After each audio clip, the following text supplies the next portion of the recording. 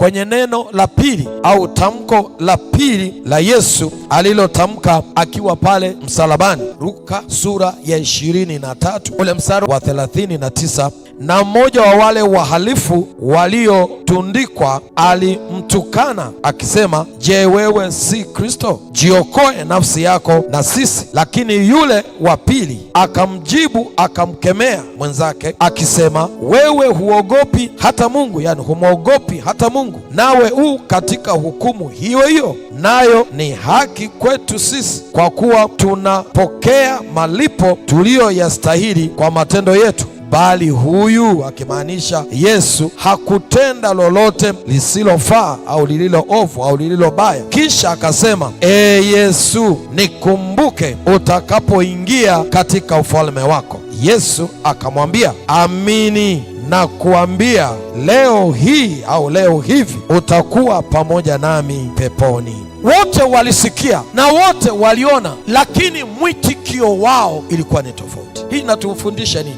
Ili kujua kile ambacho Mungu amebeba kwa ajili yetu, haihitaji akili hii ya kawaida peke yake, inahitaji ufunuo kutoka kwa Mungu. Bwana Yesu asifiwe. Bwana Yesu asifiwe. Wote wanaweza wakatazamishwa kitu kimoja, wote wanaweza wakaona kitu kimoja, lakini ufunuo au mwitikio utategemea neema ya Mungu, utategemea ufunuo kutoka kwa Bwana. Na hawa watu wawili, wahalifu wawili, wanatuonyesha makundi mawili ya wanadamu tulioko duniani, vile ambavyo tunaitikiaje mwaliko wa Yesu kwa ajili ya wokovu. Tunapomtazama Yesu, tunapokumbuka kazi ya Yesu pale msalabani, tunapohudhuria katika mikutano mbalimbali ya Injili, tunapohudhuria katika semina mbalimbali ambako muktadha wake ni wa Injili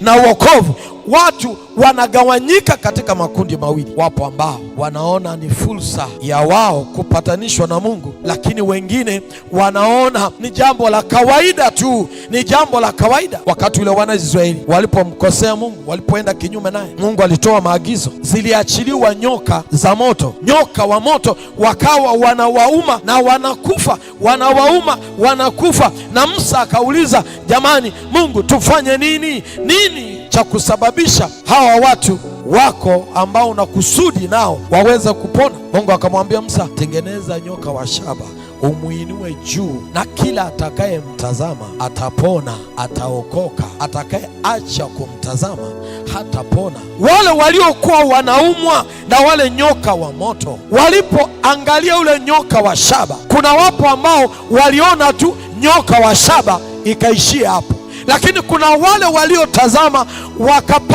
wakaona zaidi ya nyoka wa shaba, waliona kitu zaidi ya nyoka wa shaba. Ndani ya nyoka wa shaba wakaona kuna uponyaji, wakaona kuna wokovu, wakaona kuna salama, wakaona kuna muujiza, na kile walichokitazama kilikuwa sehemu ya maisha yao. Haleluya.